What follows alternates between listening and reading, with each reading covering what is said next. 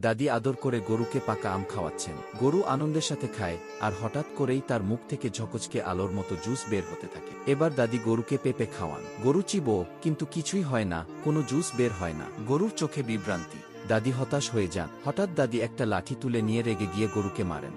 গরু কষ্টে ডাকে, চোখে ব্যথা আর কষ্ট প্রকাশ পায়। সে একবার পিছনে তাকিয়ে দুঃখের দৃষ্টিতে দাদিকে দেখে, তারপর দৌড়ে উঠোন ছেড়ে চলে যায়। গরুটি মাটির রাস্তা ধরে দৌড়াতে থাকে, পেরিয়ে যায় ধানক্ষেত, পাহাড় এবং অবশেষে ঢুকে পড়ে একটি ব্যস্ত শহরের রাস্তায়। গরু রাস্তার মাঝখানে দাঁড়িয়ে, হঠাৎ করে তার মুখ থেকে পেঁপের জুস বের হতে শুরু করে এবং সেই জুসে পুরো রাস্তা প্লাবিত হয়ে যায়। আশেপাশের লোকজন হতবাক হয়ে যায়।